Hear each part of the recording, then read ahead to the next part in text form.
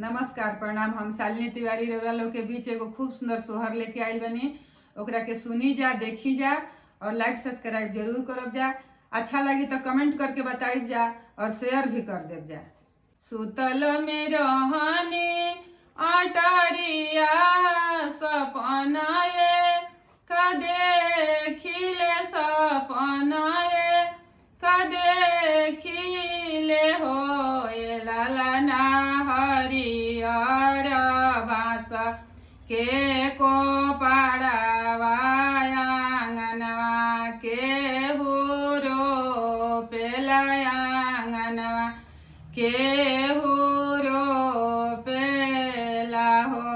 सासु मोरो किरिया धारा वेली अरु समझावेली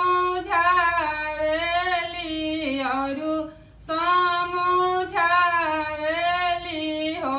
ए बहुआ केहू से ना कही हसा पनावा सपनवा बाड़ा मन सपनवा बाड़ा मन। एक मास बीतले दूसर मास और तीसर मास और तीसर मास हो। लालना नौए मास होरी लाजन माले महलिया उठे सोहर महलिया उठे सोहर के ये जे आवेला गावत के ये बजावत हो।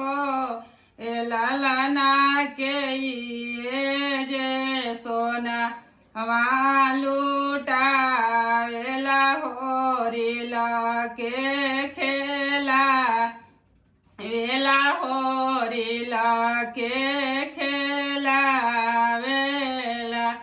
त सासु मोरो आवेली गावत नन दो बजावत नन दो बजावत हो। ए लालना सामी मोरो सोना